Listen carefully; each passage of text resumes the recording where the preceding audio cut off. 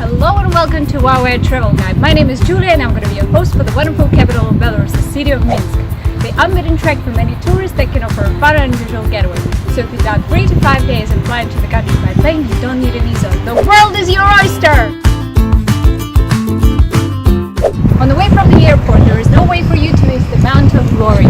For those who seek war history and insights into the remains of the USSR, be assured you're in the right place. It's like you jump into the time machine, or in my case, the tank. But don't be fooled. Minsk is spacious and vibrant, old and new, clean, safe, and I'll prove it.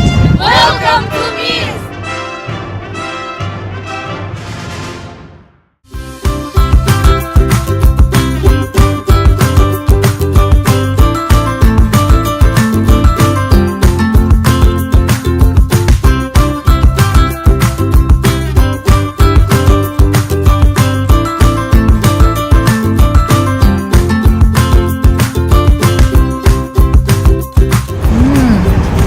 Street food.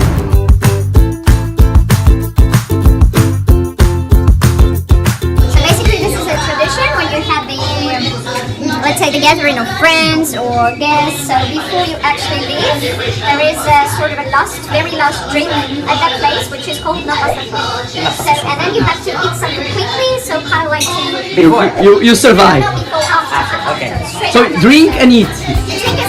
That's all you like. Go for it. Smell it. Ooh la la. Ooh la la.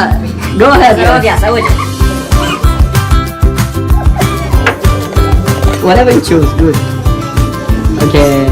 So whether you stroll the city, gaze at the Minsk architecture, stuff yourself with local cuisine, or visit museums embracing the cultural life, be assured Minsk will certainly surprise you. Discover the unusual getaway with Huawei Travel Guide, and you'll be glad you made the effort.